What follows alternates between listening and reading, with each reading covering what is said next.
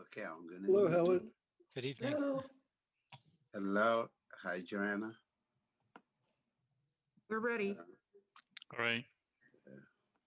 So I'd like to welcome everyone to the March 22nd, 2021 Plan Commission and Commission for Citizen Involvement meeting. Iris, would you please call the roll? Beckett is late. Fisher, Here. Heap, Here. Leak. Here. Pepe is excused. Similar. Here. And Stewart is excused. All right. So we're missing a few people, but we have quorum. So thanks for everyone for joining tonight. First on our agenda is a council update. And I see we have Councillor Mboop with us. Councillor Mboop, would you like to give us a council update?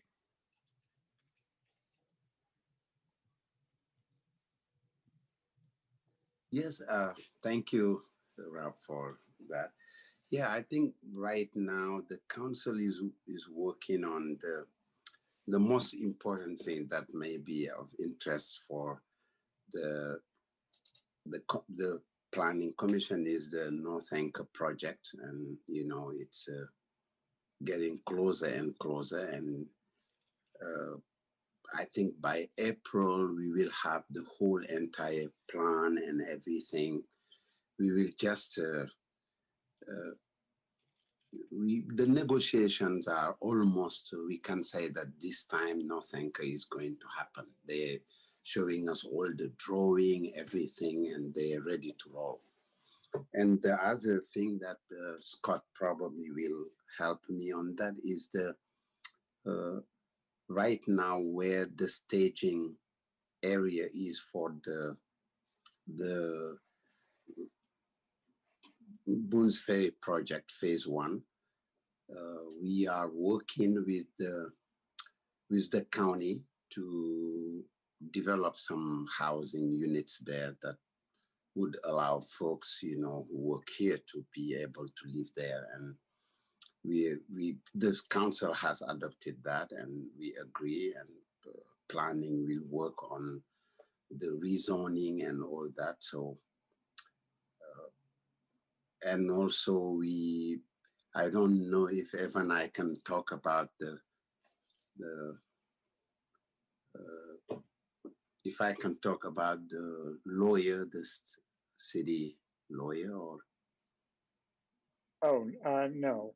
No, yeah. Okay. So it's not a planning commission matter. Okay, yeah. So that's, you know, for now, I think that's the main problems, you know, the main questions that are, you know, of interest to the Planning Commission. If Scott can help me, you know, add something, if there's anything. Oh, I wouldn't have anything to add, Councillor Mboop. Thank you. Yeah. But I do think it's a good reminder, as Councillor Mboop indicates, that the Planning Commission will have a quasi-judicial rezone coming before it on that Boones Ferry Road property. And since it's quasi-judicial, you'll need to refrain from receiving any ex parte communications. Yeah, thank you. Thank you, Attorney Boone. Councillor Mboop, anything else you'd like to add, or we'll take questions from commissioners? Nothing? Right. The one thing I was going to add was Director Siegel and I had been discussing, we will be adding to the agenda, and we'll get this when we get to the agenda section, the short-term rental sunsetting clause. So that's going to come up on the agenda. Is there anything, Director Siegel, that we need approval from council, or that's all set for our agenda? Yeah, Chair Heap, we can discuss that a little bit more under schedule updates. Sure. The short answer is that the ordinance that the City Council adopted in August of 2019 had a 2-year sunset date on it. And so we were needing to schedule that for consideration as to whether the city would want to make that ordinance permanent. In other words, remove the sunset clause or allow the sunset to occur. So that's what this is about. And we'll talk about it some more under schedule update if you'd like. Sure. Thanks, Director Siegel. So we look forward to doing that work and giving the recommendations back to council. Commissioners, are there any other questions that you'd like to ask Councilor Mbu? I don't see any. So thanks, Councilor Mbu, for giving us the council update tonight. I appreciate it. So we'd like to move on the agenda to the next item. That's citizen comment. This is regarding issues not on the agenda. Iris, was there anyone who wished to make a citizen comment tonight? I wasn't aware of any. No, there is not. Okay, so next is item 5 on our agenda. This is the Commission for Citizen Involvement General Updates. I didn't have any updates. I just wanted to note that many of the counselors, staff, commissioners attended the DEI training. So we appreciate council and staff giving the commission an opportunity to participate in the training. I thought it was very good. I learned a lot. I don't know, commissioners, or is there anything else that you'd like to comment for anyone who attended the DEI training? None? Okay, thanks. So nothing else on the Commission for Citizen Involvement. Commissioners, any other items you'd like to bring up for Commission for Citizen Involvement? None? Then we'll move on into our regular agenda, the work session. This is item 6.1 on our agenda. This is what the Westlake Grove and Lake Grove Village building design, PP 20-0002. Public comment is accepted. 5 minutes per individual applies. To provide comments, anyone should have emailed Iris by noon today. The Planning Commission will receive an update from the Lake Grove Business Association on the review of building and streetscape design standards in the Westlake Grove Design District and Lake Grove Village Center overlay. The staff coordinator is Scot Siegel, Planning and Building Services Director. And then also, I think we also have a guest tonight, Ken Sandblast from the Lake Grove, the Westlake Grove and Lake Grove Village Center, who also will be speaking. Before we start, Iris, was there anybody that indicated they would like to make public comment on this tonight? No, I've not received any requests. All right.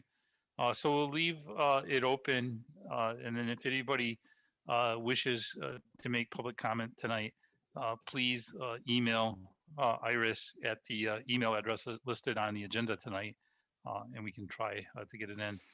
Otherwise, I'd like to start tonight. Director Siegel, would you like to give us an introduction? Yeah, thank you, Chair Heap and members of the Planning Commission. Just briefly, this item is before you because it is one of your work program and one of your goals for the year. You may recall last year, the proposal that was brought to the Planning Commission was the idea that we would need that the review of the Westlake Grove Design District standards was long overdue. And we also have a provision in the Lake Grove Village Center overlay, actually a number of places in the code that describe the development of a design handbook for that business district or that overlay area. So we have, I think, a long history of reviewing and approving development projects and major commercial remodels in both areas. And so the city, the Westlake Grove Design District was adopted, and Ken will correct me if I'm wrong, but I think it was 1997 or 98. And the Lake Grove Village Center overlay and plan were adopted in 2008. And so, over the past 20 plus years, we've seen those codes tested, and we've seen where I think they've worked well, and in some areas where they're not working as well as we would like, or at least where they probably need to be reviewed and brought up to date. So one of the action items that came out of your goal setting last year and then carried forward into this year was to review the Westlake Grove Design District standards for building design and streetscape design, and to look at those standards alongside the Lake Grove Village Center overlay to see where there may be some improvements that would benefit both districts in terms of consistency along the corridor, because it is a relatively small area. And the two districts really, they adjoin one another as you enter Lake Grove from the west. you travel through Westlake Grove and very quickly you're into the Lake Grove Village Center. There's a noticeable difference in terms of design, architectural character, streetscape, so on and so forth.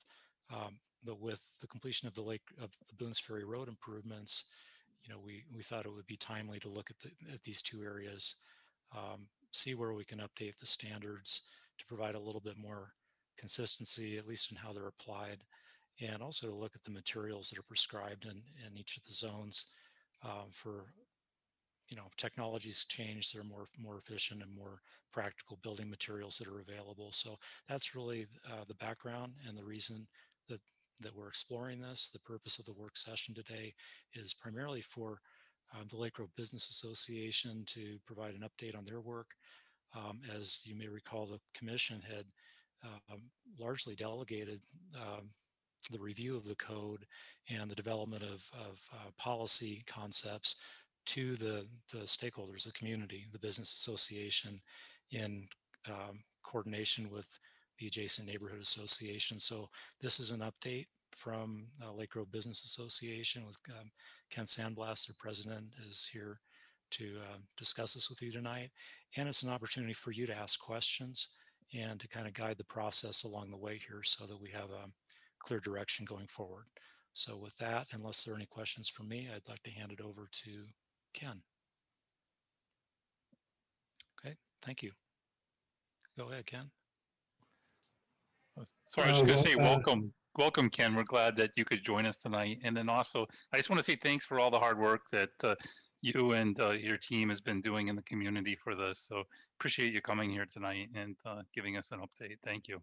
And Chair, Yeah, I'm sorry to interrupt. yeah, Ken, one other thing. I did want to mention that we do have our resident expert on staff in terms of the Lake Grove and Westlake Grove, Johanna Hasties, in the meeting and is available to answer questions as well. So that's all I had to say. Thank you. We're not going to unmute Johanna. No unmute Johanna. Thank you, Rob, and all the commission. I appreciate the opportunity, and thank you so much for your endorsement of our efforts so far. We're glad to be here to give you an update and get your input because it's timely, as you saw from my letter that I wrote, to try to kind of summarize where we're at. So we took on a very difficult topic, as I'm sure most of you know, when you start talking about building design. Streetscape, believe it or not, is easier than building design. So we've been working on it. We got sidetracked last year by COVID, like lots of things did, but we have been meeting. It's driven by the Lake Grove Business Association, of which, as Scott pointed out, I'm the president of it. And we have taken the lead and reached out, as we've been doing for 20 plus years, with the stakeholders, in this case, the neighborhood association. So we have a representative, as I said in my letter, of one of each of the surrounding neighborhoods. They continue to be partners, for lack of a faster way to describe it, with our work. So we have been meeting. Last fall, we've met probably every 3 weeks. It takes a little bit of time to understand the context of the complications of the codes in the first place, because most people, believe it or not, don't do it every day. So it's very complicated. And on top of that, we have 2 different districts and 2 different codes. And so, again, we took on graduate level activity here in our efforts. As Scott also said, I was sitting in your role back at the turn of the century as a planning commissioner when we did the Westlake Grove Design District. I chaired the committee that put that together and passed it to the council. And then that work actually formed the foundation, just for historical context. It formed the foundation of a lot of the work that you see in the Lake Grove Village Center plan, as Scott said, which was adopted about 10 years later. And I chaired that committee of 24 people for 4 plus years or 3 plus years of doing that work. So I'm a glutton for punishment. We came back around and kind of said, hey, can we make this better? What have we learned? And I flippantly said, Johanna, don't unmute, but she should. We're going to be working with her because she's one of the key staff people for the last 10 plus years that has been implementing this plan and applying it on a case-by-case basis as individual property owners come forward and want to do something. So her input is critical. And what we're trying to do is frame it and summarize it and give direction to it. And so that's what you see in my letter are the bullet points of that effort to try to summarize the direction that we're going. We're trying to, as you can imagine, it's very easy to do two things: get lost in the details because we're talking about code, and the other is to have scope creep. And so we have fought that. It's been a bit of a challenge at times. Our best effort so far was last week when we spent a 3-hour effort from 2 o'clock till 5 o'clock in the afternoon with all 6 people. We all got together because COVID restrictions have been easing. So it gave us the ability to get together with masks on and spend 3 concentrated hours. So we are moving forward with our efforts, and we're about ready to engage with the staff to try to shape some of this into the actual code revisions that we would like to see. But at the bigger picture, and what we'd like to just get your input or questions on tonight is, we're trying to find ways to make consistency between the 2 districts with regards to the building design. They're slightly different. The Westlake Grove is a much smaller scale and much more residential than the Lake Grove Village Center. But some of the building design issues, not so much about style, which can certainly be in the eyes of the beholder, depending upon your training of architecture, but more about making sure that the permitted materials or the prohibited materials not only begin to get more consistent, but also expanded to reflect the fact that sustainability and constantly changing and dynamic abilities to change how buildings are built, the code needs to have recognition of that. And so, in a long-winded way of telling you that's what we've been doing, I really am interested in you asking questions, giving us any feedback about what you may have read in the little 2-page summary that I put together. And then just to let you know that we are continuing to make progress, and we probably will have another work session, although I defer to Scott, but we'll probably have another work session before you see this move towards any sort of hearings or whatnot for code adoption later this year and probably into the fall. So thank you very much for listening. And again, please feel free to, it's a work session, so please feel free to ask questions or provide input, because I got my pad of paper here and I'd like to have that kind of direction. Thank you, Ken. Commissioners, questions or comments for Ken? Looks like Commissioner Leek, you have a question or comment. Go ahead. Oh, you're on mute, Commissioner Leek. Yep, Yeah. sorry. No problem. Sorry about that. No problem. I have several questions, Ken. I'm newbie to this, so could you explain to me where West Lake Grove Village, West Lake Grove Village starts and ends, and where Lake Grove Village starts and ends? Yeah, that's a great question, and it's confusing because again, the Westlake Grove Village design district pretty much stops at I think it's the bank, Scott, or is it the At Sunset? Yeah, it's basically where Traffic Waluga comes down and hits Boone's Ferry, right past Memorial Clinic, right past the yeah, there you go.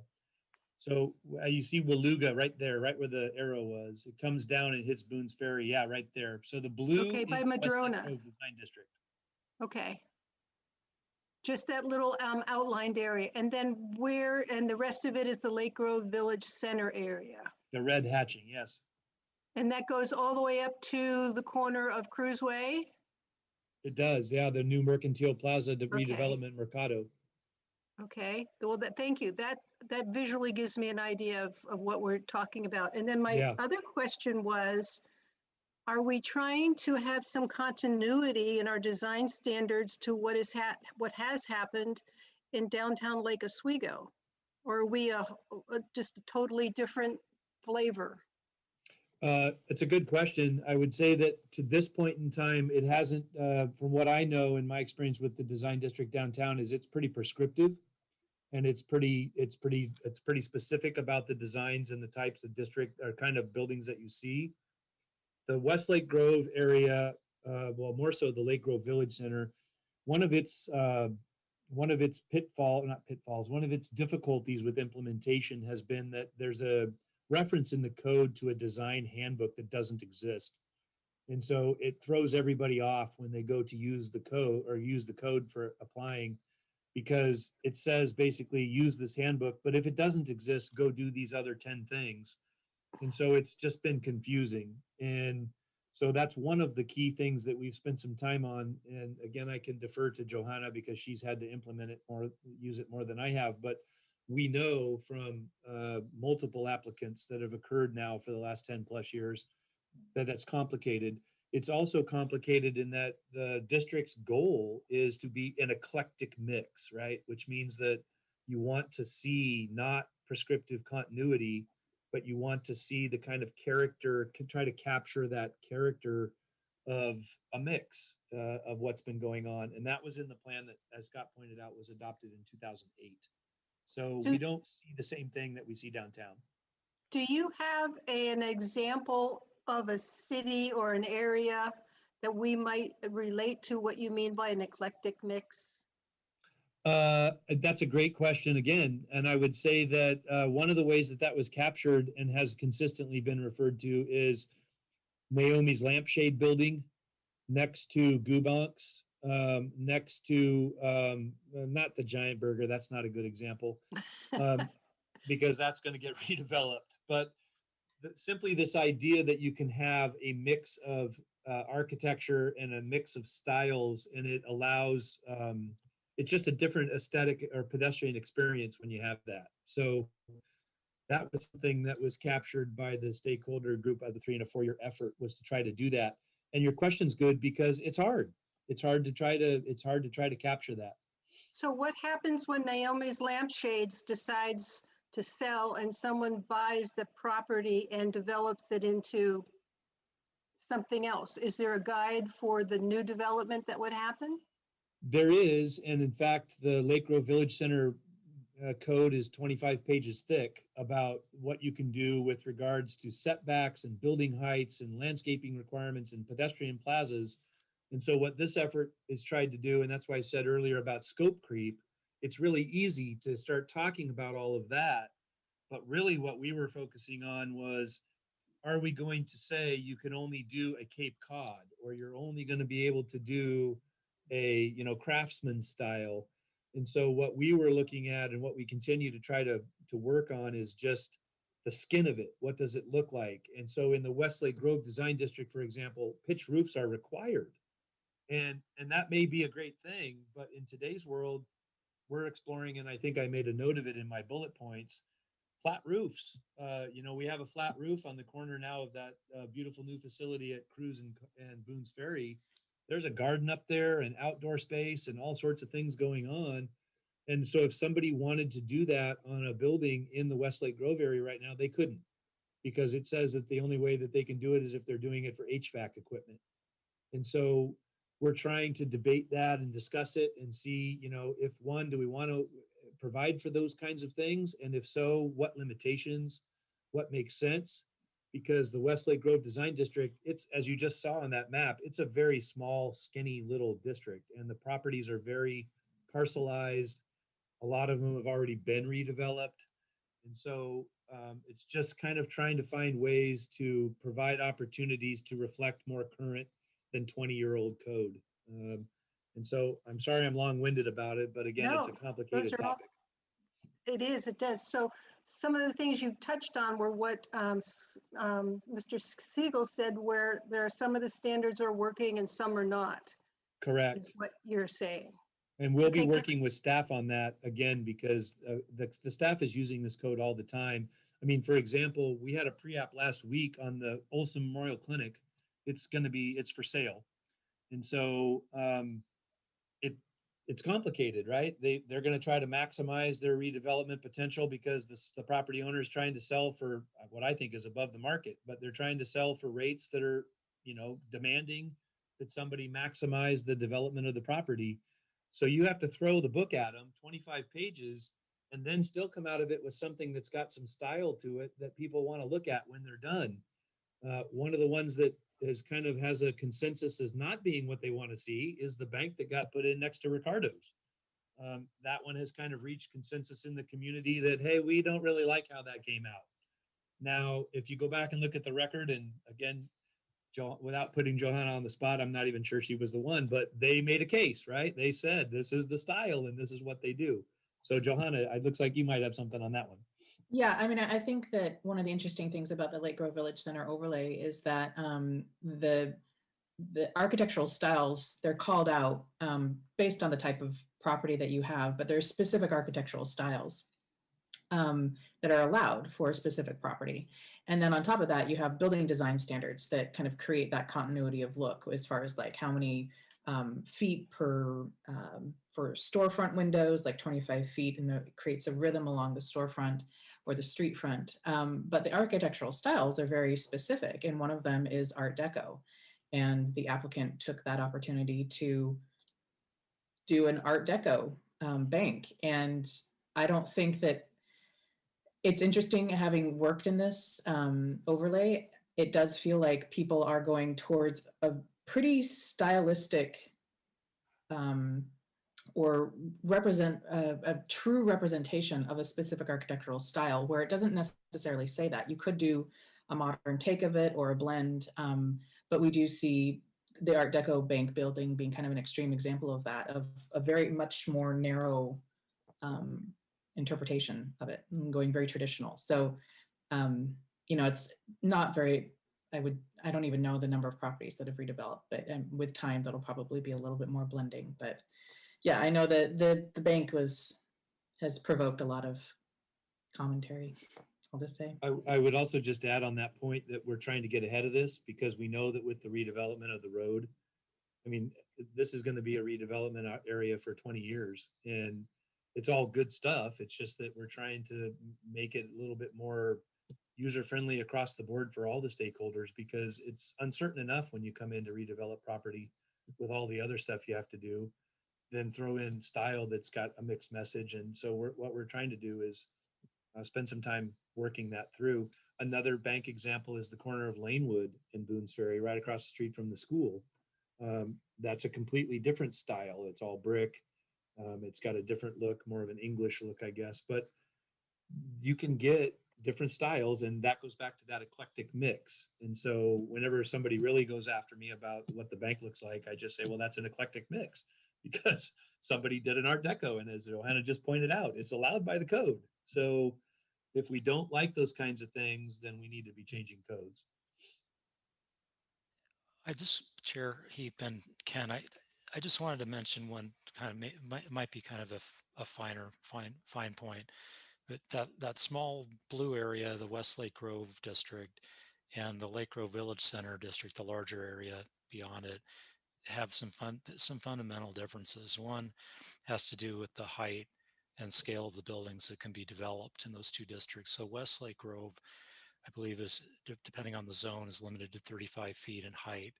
And there's some standards that relate to the height of an exterior wall in relationship to where the roof begins.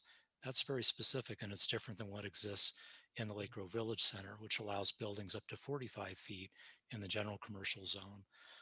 And it also allows flat roofs. So you know, a lot of what I think Ken is describing is you're correct. It has to do with the skin or the exterior appearance of the building. We'll be looking for some direction from the Planning Commission on some of these other standards that are appearance, but they also wade into volume or massing of the building. So we're in the write-up from the Business Association that talks about rooftop space or balconies. If you start allowing flat roofs, or you start allowing for you know, that kind of I guess a projection, then, you know, we may be looking at more than just how it looks. We may be looking at the height or the bulk of the building. So all of this really needs to be fleshed out. And I know that the Business Association with the neighborhoods will be able to guide us on it. I want us to be aware of that there are these two distinct areas. You know, the codes were developed for different reasons. One, to maintain more of a residential scale, and the other to have a more of a mixed use commercial and residential character. So anyway, that's all. I don't want to say any more than that, but in your questioning, you may just want to consider that. Chair Heap, sorry to interrupt. I also just had a question for Ken, and then for the Planning Commission's consideration, if this is something they're considering, is He pointed out that there are no design variances and no minor variances allowed in the Westlake Grove design district. You can only get a hardship variance, a major variance, for some sort of physical circumstance for the site. So is the group, Ken, are they thinking about opening up the Westlake Grove district to design variances similar to LGVC, or is that not on the table? That's a great point. We haven't got that far yet, but I would say that what we know is that there needs to be that outlet valve. And as you just said, to try to get a hardship variant, major variance is extremely a high bar. In fact, in most cases, it's not achievable. So I would say that that's the exact kind of input that we're looking for as we start to move into the next phase, which is we didn't want to come forth with something that hadn't been flushed and distilled down a little bit, because as I said, we've probably had, I don't know, 8 or 10 meetings, and we're now at the point where I can put down bullet points of what we're doing. But as you just asked that question, and as Scott pointed out, we want to continue to distill that and direct it so that we can achieve something here that, you know, works for the city as well as it works for the business association and the neighborhood. And right now we have consensus on the direction that we're going, and adding on another topic is perfectly fine. I mean, we need to just get those things on the table so that we can have the dialogue and again, just continue to move it forward. So I know that there's another part of this that you may or may not be aware of, all of you, is that there's very specific standards about setbacks, very prescriptive standards about setbacks between the boundaries and the edges of what development can do within the Westlake Grove. For example, 15 foot, basically you can't be anything closer than 15 foot to residential land for anything. And so you have a landscape strip. In the Lake Grove area, of course, I'm sure you're familiar with the fact that there's terracing setbacks within 60 feet of residential areas. So some of those things combined with the other 25 requirements are exactly why Johanna's right. We need to be looking at design variances. We built that into the Lake Grove Village Center, but not into the Westlake Grove Design District. Commissioner Fisher? I'm just curious. I'm looking at the people who are on the committee, and they're all business people and neighborhood association people. Was there any consideration to inviting either the Builders Association or the Realty Association or anything like that, who might give you some of those fine points? You know, like a realtor might say, oh, it's impractical to build a 2-story house. You know, if you want it to sell, it has to be 3-story. Right. So I would say that was specific to this effort, we did not look to expand it because frankly, I knew it was going to be complicated to try to get this thing shaped up. Can we engage those other stakeholders? The answer is yes, of course, and we will, because we've been committed to doing that out there for 20 years. And so we have realtors in our Lake Grove Business Association. The members, myself and Mark and Mike Buck that are on the committee, are all board members. We have a monthly meeting, so we update them on what we're doing, but we have not yet been to a spot where we have something for everybody to respond to. But when we get to that point, we will definitely be soliciting input from a variety of different places. And so, and not to mention the fact that, as I said a little bit ago, it'll go to a public hearing. So there will also be public notice for all of that as well. thank you. Commissioner Sumler? As you know, you're on the business association, you're reviewing the code, you're looking at both districts. You obviously have members from both districts. Are there certain building types, certain styles that are proving to be more successful from a business standpoint that can then be a metric to try and meld the two together? You know, are you guys finding any kind of correlation between that and your business success? Yeah, that's a great question. One of the gentlemen, Mark Fitkin, who's on the committee with us, he owns the build and the properties, but he owns what used to be known as the Marcus of Granby building, which is the craftsman style with the red cedar shakes and the white trim on it, right across the street, or right just down the street from Round Table Pizza on Boone's Ferry. And so he's redeveloped that building, and he's going to redevelop the property between there and the bank, and then also the property just west of that. And so he owns those 3 properties, and he has conveyed, in terms of what the market is, he's built apartments into that new building. So he has housing above that commercial space in that building that's there now. And I'm seeing more and more of that just in my normal day job. I do land use planning, so I'm seeing more of that. And we're seeing it here. In fact, the redevelopment of the Olson Memorial Clinic in the Lake Grove Village Center, you get to go to 45 feet because you have housing. And so the mix of uses is definitely something that's maturing in the market, but it brings with it its own set of challenges because people that live in a house, a housing unit in a building don't really want to park in a surface parking lot. They want to have, exclusive parking. So it's a state of flux, but I guess my response to your question is the mix of uses. And so of course you see the market come and say they want to do a mix of uses, and then they have to fit into the box of all of these requirements. And so that's what we're kind of trying to review. And we're not going to have the perfect solution. I don't think that exists, but what we're going to have is something that tries to learn and advance the ball, and again tries to capture the future, because we're seeing out there different materials that are being used. I work with Habitat for Humanity. They're using some sort of a new siding that is a 50-year non-paint, and it's like permeated into the siding, and it looks great. It's got texture to it and it looks very nice. And so I don't even know what it's called, but I know the materials business is changing. And right now we have a list of things that's 20 years old in the Westlake Grove Design District. So that's why you'll see in my bullet point list, quote, environmentally sustainable. It's just a placeholder to try to get us to a spot where we're actually acknowledging the ability to provide things that the market continues to produce, because it's a changing place. I mean, I watched a video just a week or two back, and now they're starting to 3D print houses, which is just unbelievable. Thank you. Commissioner Lee. This is a strange question, but it was asked of me in my homeowners association meeting when we were talking about something about Lake Grove and the Boone's Ferry project. And she said, when are they going to do something about the post office? It's just an eyesore. And I had to think, and last time I was in Palm Springs, the US Post Office and on the downtown Palm Springs is like amazing. And both of our post offices on both ends of our town. And Lake Grove is the worst. I'll let Scott field that one first. Okay, somebody help me. I mean, obviously it's the federal government and we can't tell them to clean up their act. Maybe we can, I don't know.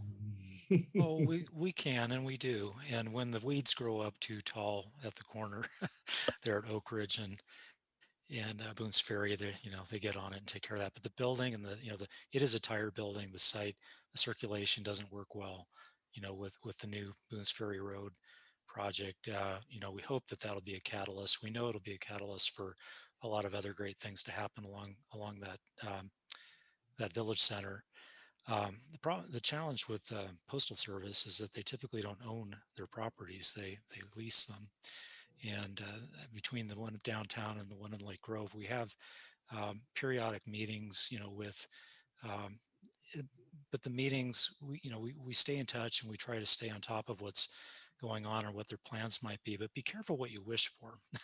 Maybe that's the tale here, because West Lynn no longer has a post office, in part because the Postal Service and Graymore, I believe, which owns the property in that part of West Lynn, couldn't come to agreement on. And the Postal Service is very difficult because they require a very, very long-term commitment for a lease. So, and then you have to be talking with the person who's actually in a position to make a decision for the Postal Service, which is another challenge altogether. So I guess the best that I can say is that we maintain contact. We try to stay close and stay in touch with what's going on, but we don't have any code authority or really any financial incentives to offer the Postal Service to do anything with their property. Thank you. I would just echo what Scott said. Again, in my day job, I'm working with a client who owns the land underneath the West Lynn Post Office, the current West Lynn Post Office, and their lease is up. And so it's been going on 2 years, just trying to find somebody that will respond I'm not privy to all the details, but we've been spending 2 years to try to get some certainty, and we've been pushed, or, I know that it's been pushed to San Francisco and then to Denver and then to Dallas and then to Washington, DC, and still nobody wants to own it. They can't figure out who is making the decision about what's going on. And so, of course, the community is very interested, and they've talked to the mayor and they've talked to the congressmen and the senators, and I mean, you name it. And still, there's just like a gridlock that's just not. Yeah. So be careful what you ask for. Yeah, and in the meantime, they've vacated the building, so there's no longer a post office on that location. So that's the. Yep, that's exactly right. Ken, one question I think what was interesting tonight in our discussion is that we mentioned like height, and then also you were mentioning setbacks too. Originally, I thought we were looking more at existing code sections involving building styles, design, and street landscape and lighting. So the group now is envisioning that it may go beyond that. We may be looking at height restrictions and also changing the setbacks. Is that correct? No, I'm sorry if I gave you that impression. I tried to capture that early on tonight by saying scope creep. We're trying not to do that. Oh, okay. Yeah, I misunderstood. Thank you. Yeah, no, I'm sorry if I've confused anybody. We're trying not to do that. So they're all intertwined, but we're trying to specifically stay on styles and materials and lighting. For example, if you drive down Boone's Ferry right now, as you cross past Round Table Pizza and start heading west towards Les Schwab, the street light styles change. They're different. The posts, the poles themselves are different lights than the lights that are in the Lake Grove Village Center. And so we're trying, whether that can actually be addressed in the code or not remains to be seen, but we want to make a statement about what that is, which we want to see continuity. We want to see consistency because nobody cares that there's a blue and a red line right there at Waluga Drive. They're driving down the road. They want to have the same basic experience. So it's just trying to stay focused on styles and materials and what the skin looks like, not the bulk and the mass of it. All right, thanks. Yeah, thank you for that clarification. I did misunderstand. Yeah, no, that's probably my fault. No problem. And the other question I had is, it sounds like the recommendation coming from the working group is that we would definitely like to remove references to the Lake Grove Village Center handbook. That handbook we don't see potentially useful anymore. And is that kind of a recommendation that seems to be coming out of this? And my question would be, would we end up just making the code more complex by sprinkling design standards all throughout the code versus putting it in a concise area of a handbook? So I'm just wondering, if the working group has any kind of recommendations or what their thoughts are for just removing the Lake Grove Village Center handbook versus trying to keep it and maybe keep a kind of a concise area where, when people are going to redevelop and build, rather than look throughout the entire code, there's a kind of a concise handbook. I'm with you. So it's a great point. I would say that right now we have a code that references to a handbook that simply doesn't exist. And so it's misleading or confusing to tell somebody the first thing the code says is to, use a handbook and, if it doesn't exist, then you do these things. So number one, the book doesn't exist. Number two, right now, because there's a specific section of the code that's specific to the Westlake Grove Design District and another section of the code that is specific to the Lake Grove Village Center, you have a section of code that's for the red area and you have a section of code that's for the blue area. And in those sections of code, they both start talking about building design and styles. So if you have a piece of property in one of those two areas that's not sprinkled through the code, it's in that district. It's in that zoning code section. And so what we're looking at is, what do those two things say? And as Scott aptly pointed out, the Westlake Grove Design District was never supposed to be a, GC, all bets are off, do whatever you want in there. It was always visioned and adopted as a transition area to reflect residential scale and character, because it's kind of butting up against residential areas. So we're not looking to change necessarily the residential scale and kind of styles of those buildings. What we are looking for is ways to make, like a code section that references something that doesn't exist. Let's get rid of that. To have a code section that has too many, I mean, if you really took a really hard look right now at the Lake Grove Village Center style section, Johanna's right. There is one that says Art Deco, but it says something like, and you can use a mix of all of these, and it lists off like 15 of them. And that's confusing, right? Well, what are you trying to tell me? Should I be picking one, or should I be mixing them all together? And so you end up with this a kind of, I don't know it till I see it kind of a situation. And so what we're just looking to do is find ways to refine that, not only to reflect, like I said, kind of past practice and future, but also to try to provide some certainty to the users. And that's all users. It's not just an applicant, it's the neighborhood, it's the staff, it's the business association, because uncertainty is just cost. It just means you're coming to the design review commission 3 times instead of once. And that all adds up to money, and it's expensive enough out there to try to get stuff done. Sure, thank you. Shahid, if you don't mind, just interjecting, my perspective from an implementer's point of view is that specifically with these two, since they're right next door to each other, there is some overlap in the architectural styles. But if you look at the characteristics, the design characteristics as described in the two different districts, they're not consistent. And so that's been problematic from the planning perspective. And if you're in Westlake Grove, this is how English tutor is described. And these are the design elements that are characteristic of it. And then you go over to the LGVC, and without the LGVC design handbook, you go to a specific architectural architectural book that has its own list of design elements that are characteristic of that particular style, and they're not consistent.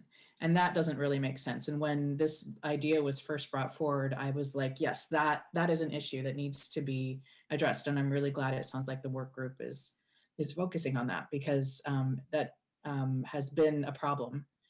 It's also with, excuse me, the materials between the architectural styles. Some in the Westlake Grove, you can use these specific materials for that particular architectural style, but not in the LGVC or vice versa. So I think that's making that consistent would be key in my mind. Thank you, Senior Planner Heste. One question to you. When you're talking about the Lake Grove Village Center, you said there's a set of styles, and then you go to a different architectural book. What were you referring to there? I wasn't following you. That there's some other architectural design standard book that's used. Can you comment on what that is? Yeah. It's called out in the code. It's the Architecture Oregon Style by R. Clark. Okay. It's a book that we have a couple of copies of in the office, and we've got it scanned in. And so when we do pre-apps, pre-application conferences for people wanting to come in with redevelopment projects, and they tell us, oh, we're going to look at the Richardsonian Romanesque style, then we forward them those specific pages from the handbook, or they might be familiar with it themselves. A lot of times these projects come with a lot of architectural experience on their team. So, but we do have that reference built into the code. And just to, it's a minor little track, because Evan is Deputy City Attorney Boone is here. We did look at and consider taking out the reference to the LGVC handbook and instead adopting an appendix with those specific architectural styles pulled from that book that's already referenced in the code, which makes sense. And then for that particular style, you go to that appendix, and every single design district would use those images and that list of characteristics. So consistent. And whether or not it's eclectic, like in Lake Grove Village Center, or it's very specific, like Westlake Grove, which only has 3 allowed architectural styles, you at least have consistency there between the various elements. So that was an idea we threw around that, and I don't think it went anywhere, but it was a way to deal with this handbook that's referenced all over the place. Yeah, that structure, that would be consistent with how the downtown redevelopment design district standards are handled in the appendix. I guess the only question is whether there'd be a copyright or if it's a fair use doctrine. Yeah, so that was, sorry, Scott. That was my question too to Evan, and he said because this is a very thick architectural styles book, and because we'd only be excerpting. No, it's not the word. What's the, you know the word I'm looking for. Just Run with it. pages here and there. It wasn't a copyright issue because it was such a small part of it, of the book. What is the word I'm looking for? Excerpt. Yeah. Excerpting. But what's the, well, okay. All right, thank you. If I could just add to that, I'm glad Sure. to hear all that. And that's a big takeaway for us because we have 3 or 4 members of our 6-member group who would like to see more of an appendix style. So, I mean, an appendix content. So we can definitely find some fertile ground there to keep moving that part forward, because there are a couple members of our group that have gone out and done research, and we've even looked at the term form-based code instead of this kind of prescriptive stuff, but that's a very broad and becomes almost a scope creep deal. So the appendix is definitely something that we'll want to be talking to you about, and potentially how to make that become part of what we're doing. If I can just add, or I guess put a footnote on Johanna's comment. Sure. It depends on what the material is we're copying. I mean, the fact that you're copying a small part is not, that's not necessarily, a safe harbor. The question is, what is the material? If that material was publicly available, sort of gathered into the book, okay, that's more of a fair use. If he hasn't, I mean, the author didn't create these styles, so it's a republication of the styles. So that's why I think it's probably okay as a fair use, but I'd want to obviously look at it before we decide to jump and use those specific styles. We want to talk to them. Yeah. Well, we want to consider it, so. And I don't again, want to get sued.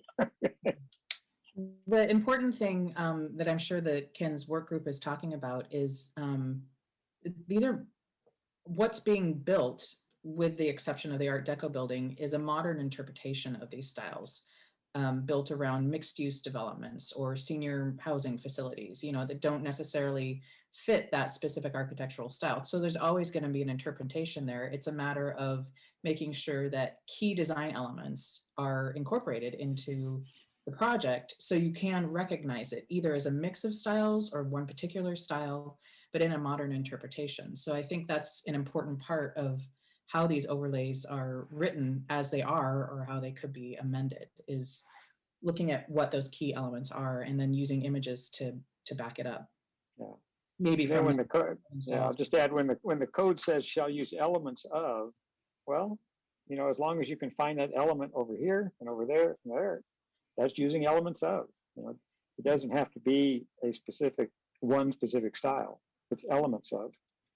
That, in a that coherent issue. design. Another important part of both overlays. It has to be a coherent. Yes. Thank you. Commissioner Beckett, you have a question. Go ahead. Yes, I'm listening to all this, and it sounds like the two neighborhoods have done a lot of work to try to reconcile differences.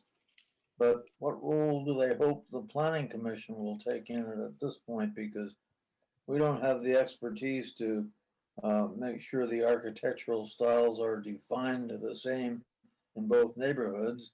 So unless we bring in a third party that can help reconcile those differences, that would be about the only thing I could see going forward that would be different.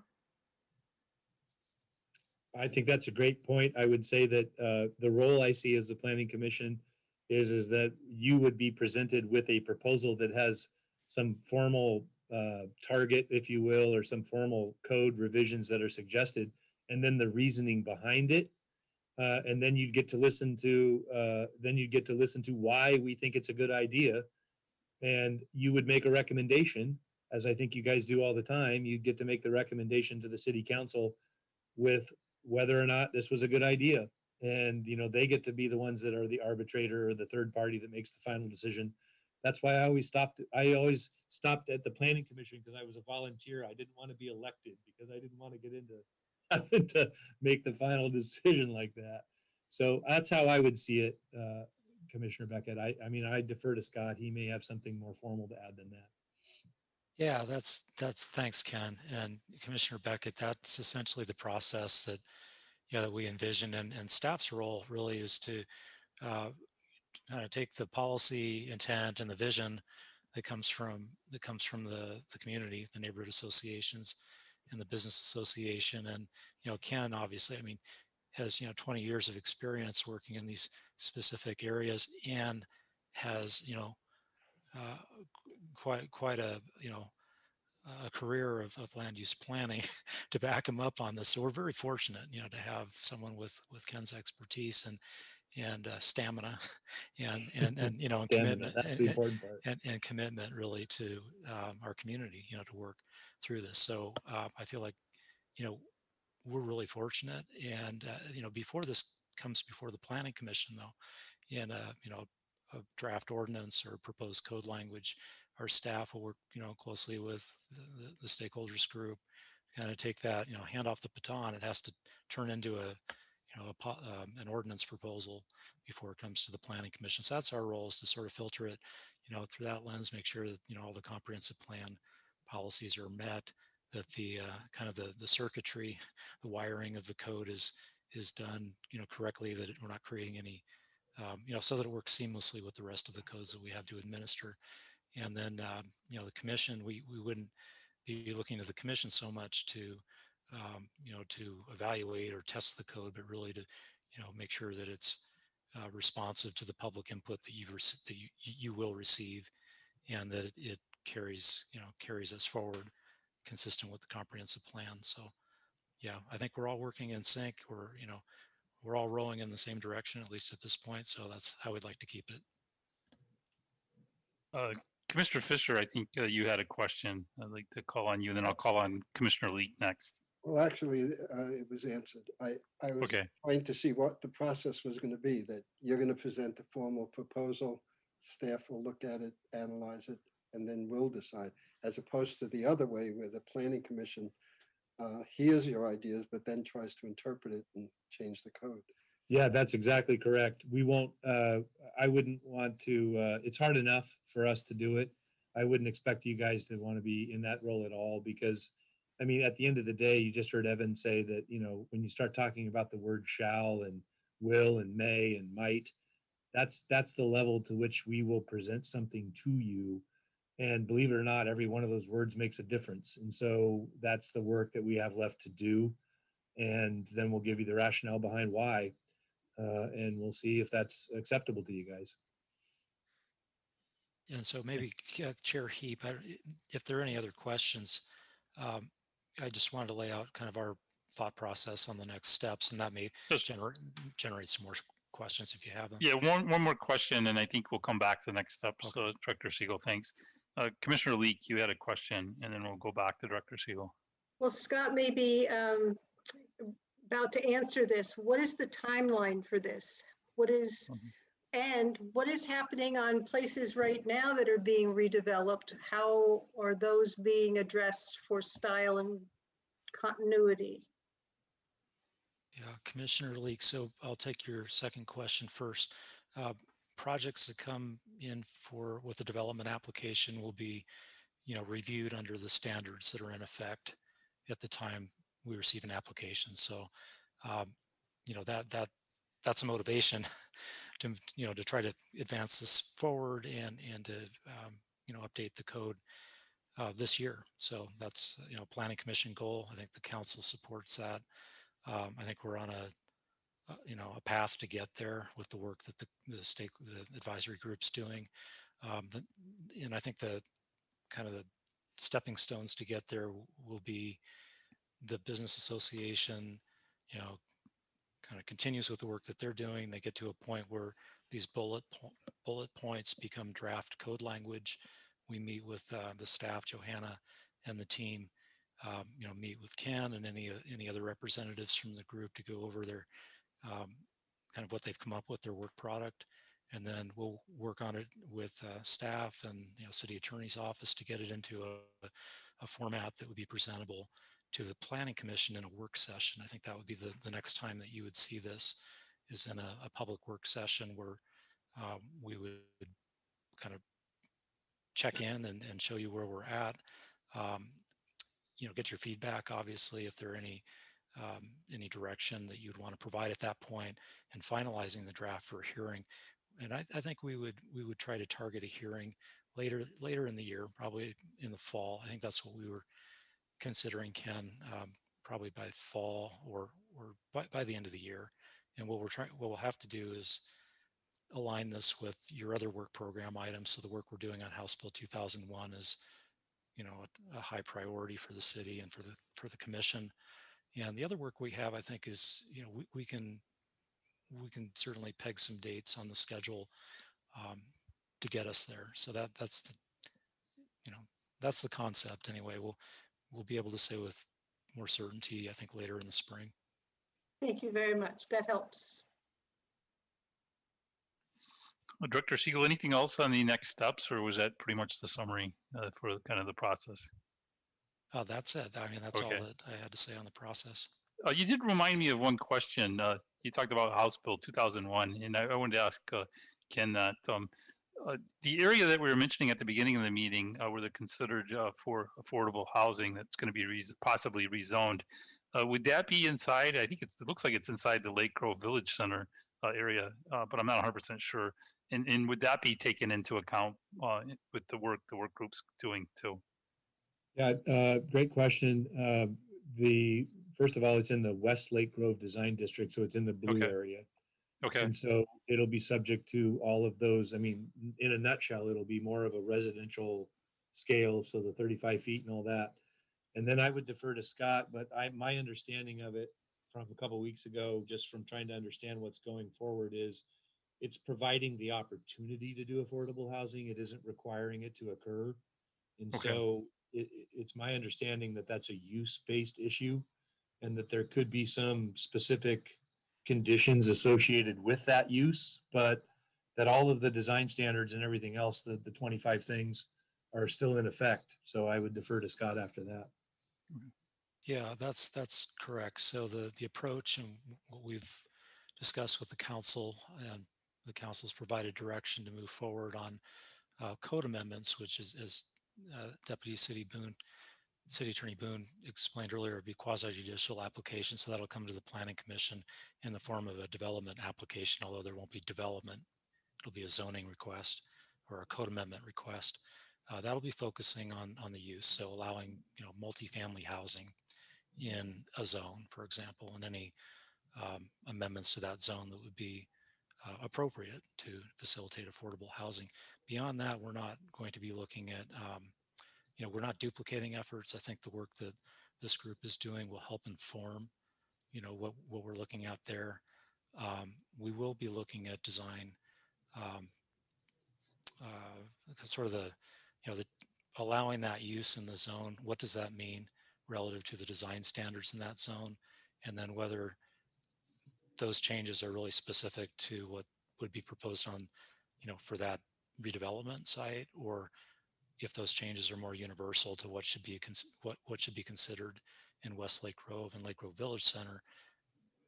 Once we get there, we'll know which sort of where those proposed changes are going to happen. But I think the takeaway on it is that policy comes first, code follows policy. Development applications obviously have to comply with the code.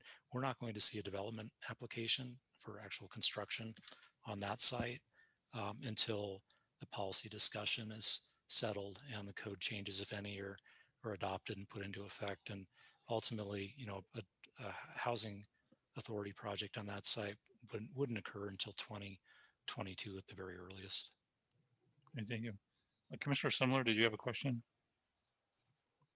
Just was wondering, Ken, that is the business association leaning a certain way towards a style or styles that they want to follow or that they think are more successful? And I'm just thinking of the corner of Boone's Ferry and Cruz. You've got the retirement community, which is more on the contemporary side, and then the new development, which is more on the traditional side, the juxtaposition to each other, and I would think as a young Lake Oswego resident, right, that I would want to push more for the contemporary, the future, but who knows? I'm not sure what the community and the business association where they would be leaning. So yeah, that's a great question and a great point. What I would say is that no, there is no predominant direction. I think what we're trying to do is provide definition to some of the styles that are in there. I think Johanna said it pretty eloquently a little bit ago, the idea that you want to, the result that you want to see, and I'm going to fumble what she said, but the result that you see has to reflect the style. And so it's how do you get that, right? So having a list of styles, it's not looking to limit that list. It is looking to try to write a code that when you're done with it, you get the elements of that style that reflect what it looks like. So these are all open for interpretation. And Johanna would know better than I do, but that retirement, the new building that's built on the north corner there, they had to make a case too. They're in the Lake Grove Village Center. So they made a case about what elements of style that they put into that building. Now, whether there's a modern style listed in the code, Art Deco's in there, but they went and made their case. And I think the other thing I heard in your observation or your question was the use does reflect the style, right? Because the use begins to dictate a little bit of the style of the building that you need to have. In that case, they got a flat roof. They needed to have some uses up there, or they wanted them. And so the building that's being built now, the Mercado, I was just at Momo's last night, and I'm standing there staring at the building. And I remember the conversation that went about the truck loading zone on that side of the building. It's all covered. It's inside of an arched roof with a wall. And so there are things that can be done with the building design and the style to reflect the uses that go in them. But we're not looking to limit that. And I know that's a long-winded answer, but we're not looking to pick particular styles. I mean, on the other hand, the building on the corner of Waluga and Boone's Ferry, the Bank of the West building, the consensus on that building is it's gorgeous, right? It looks like a nice building. It's got stone and everything else. Well, when that building first got approved, the code says you can have a composite roof of certain colors, or you can have slate. And I mean slate, like the real deal. And so that building said, well, this style says we need to have slate. And then they went and priced the building after they got done with land use and realized, wait, well, hold on a second. Slate? Real slate? And the whole thing almost collapsed because the limitation on the materials. And so if there's something that allows a material to reflect the style, we're looking to get those kinds of things reflected in the code so that it has the ability to, again, add certainty and allow a property owner and a designer to express themselves. And so it's hard. That's why I said this is graduate level stuff. It's not easy. And so Sure. we're trying to navigate it. No, and I think that's helpful. And I think just kind of going back to a comment that Commissioner Leake had mentioned about the post office in Palm Springs. Like Palm Springs is a mid-century city, and people go to Palm Springs for the mid-century character, right? Or they go to Santa Fe for the Pueblo style, and that consistency is there. And I'm a designer, so this is important to me. Yeah. And I admitted it. I'm a contemporarist. I love things that are, new and not flat, but things that are contemporary. So I'm just interested in understanding, are we boxing ourselves in? And it doesn't sound like that's the goal. Yeah, that's not the goal. And I would actually say that comment reminds me that question that Commissioner Leake asked at the first part. The downtown, one of the big differences, and Mike Buck, if he was here, would scold me for not raising it. The downtown's a grid, and it has the grid network. We don't, and we have never had that.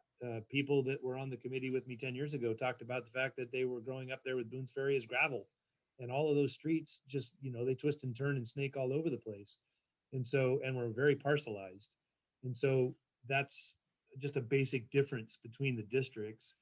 And so therefore we don't get like, I'm going to Carmel by the Sea, or I'm going to, Cannon Beach down the main drag, or I'm going to Sandy. Sandy's now got a kind of an established, mountain kind of rustic craftsman, Main Street requirements. We don't have that. It's never just been part of the character of that area.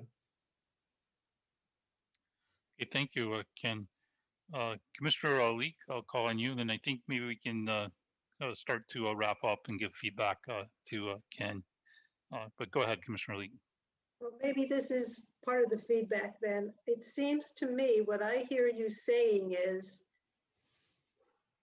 you don't want to step on anybody's feet, and you don't really have a clear vision for what that whole corridor should look like. And it'll just be whatever it's going to be. And it sounds a little haphazard to me. And you're trying to tread between the business community who doesn't want to be told anything and really good design standards. I would respond to that and say thank you. I would say that one of our first bullet points was try to expand the descriptiveness of the purpose statements. So we are trying to capture more description and more direction with what we want to see happen. So it's not a haphazard deal, at least not, that's my immediate reaction is it's not haphazard.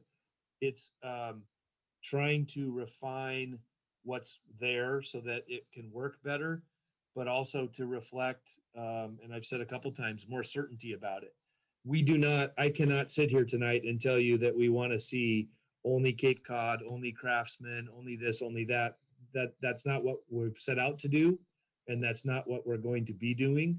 So we are looking at the existing code and trying to refine it. And so we're not looking to wholesale change it. And if that helps, then that's what my initial response is. But I appreciate the comment. I think it's right on the mark. Director Siegel. Thank you, Chair Heap. I have a question for Mr. Sandblast. Do you see this? Do you see us moving away from or providing more flexibility in the standard that is variety, I guess, or eclectic design? I'm thinking of this the standard that says that you're not allowed to repeat the same style within some distance of an existing building that's designed in that style. 500 feet. Yeah, 500 feet. And the reason I ask is that we've heard from people in pre-application conferences say, I'd really like to apply this style, which is allowed in this part of my zone, but I'm within 500 feet of this existing building that's already using it. Mm-hmm. Any yeah, that's a great point. And I would say that we haven't got to the bottom of that, although we have specifically talked about that, because the flip side to that is that the first building built in Westlake Grove Design District was the corner of West Sunset. It's the two office buildings that are 2-story brick with the white or with the black canopies on them on the north side of the road. And then we talked about the fact that, and then along came the Renaissance building and along came they are all brick. And pretty soon, all of a sudden, hey, brick was successful for the first guy. I think I'm going to do brick too. Yeah, I like that black canopy. Yeah, that guy got through the city. So I think I should do that too. So we did the flip side to that question. We looked at what do you get when somebody is successful, and all of a sudden you get something that start to see the same styles. And so the answer to the direct answer to the question is we haven't got that far, but we've talked directly about that point. Do you mind if just interject too, again, from the planning perspective? Just remember when you're thinking about these overlays that yes, you have these eclectic architectural styles, but you do also have the streetscape and building design standards that apply across the board along Boones Ferry Road, along the local streets. And so you get that commonality. While you have an eclectic architectural style, there's still a theme that runs along the front facades and sometimes even along the street side facades of these properties. And so along with that, and then with the Boones Ferry Road, the whole project there, you'll see more of a theme, but with more diverse, eclectic, to use the code word, architectural styles along with it. So yeah, what you just said reminds me or I would like to clarify something because it just strikes me. The eclectic is not about the styles, and I'm not sure you said this, but it's just striking me from what you've said.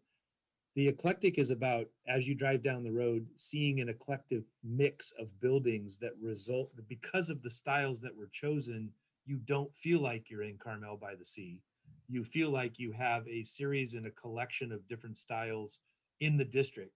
It is not about mixing and matching the styles on one building. And again, I'm not saying that you were saying that. I'm just saying that what you said strikes me that way, because the eclectic has always been about making sure that you don't drive down the road and see the same thing. It's not the fact that you would mix and match a bunch of styles in one building. It's that you would build a building of a style that has predominant elements, and then you'd go to the next couple of buildings and you might see something different because it's a different style building. And so I just want to make that observation, because what you're saying strikes me that that's one of the first times I've ever been able to clearly state that difference. It's not an eclectic style mix. It's an eclectic mix of buildings with different styles. Thank you, Ken. So I think we can conclude now. Iris, was there anybody that indicated that they would like to make a public comment? Otherwise, I'd like to close the session for public comment. No, we've received no requests. All right. And then in summary, I can't imagine why this is such a compelling topic. So thanks, Ken. I think what we heard from the commission tonight is that in terms of direction and scope, seems like there's agreement. I think we look forward to seeing the details that come out of the working group, and things like references to handbooks that don't exist. I mean, yeah, that's kind of the easy stuff, but the harder decisions are the ones like we were just talking about in the latter of the discussion. Trying to provide direction, trying to clean up the code and make it easy for everybody to understand, and then the outcome is exactly what you get from the code. So I think the work groups got many challenges in front of it, but we look forward to working with the work group and then moving forward. Thank you, commissioners, for your time. It was this work session was great, and I've made some notes here, and I will take it back to our group, and we'll definitely keep moving forward. And we just appreciate your endorsement and backing to get this done, because it's a bit of a slog, but we are making progress, and we will bring you a product. Okay, thank you. So thank you guys very much. Thanks. All right, so that concludes our agenda item. Thanks again, Ken, for coming in and taking the time out to talk with us tonight. I'd like to move on to the next agenda item, which is, let me just check, other business. I didn't have any other business. Director Siegel, anything that you would like to call out for other business? Oh, thank you. None from staff. All right. And then a schedule update. Director Siegel, would you like to give us a schedule review update? Yeah, thank you, Chair Heap. We've had to make some adjustments to the schedule, and I just wanted to bring you up to date on a few items. So we had planned on bringing the flood hazard overlay amendments back to the commission in April, and we still have some issues to work out on that with FEMA. And anyway, so that's not going to be coming back to the commission until probably later this spring. And I wish I had a date for you, but that's beyond our kind of outside of our control right now.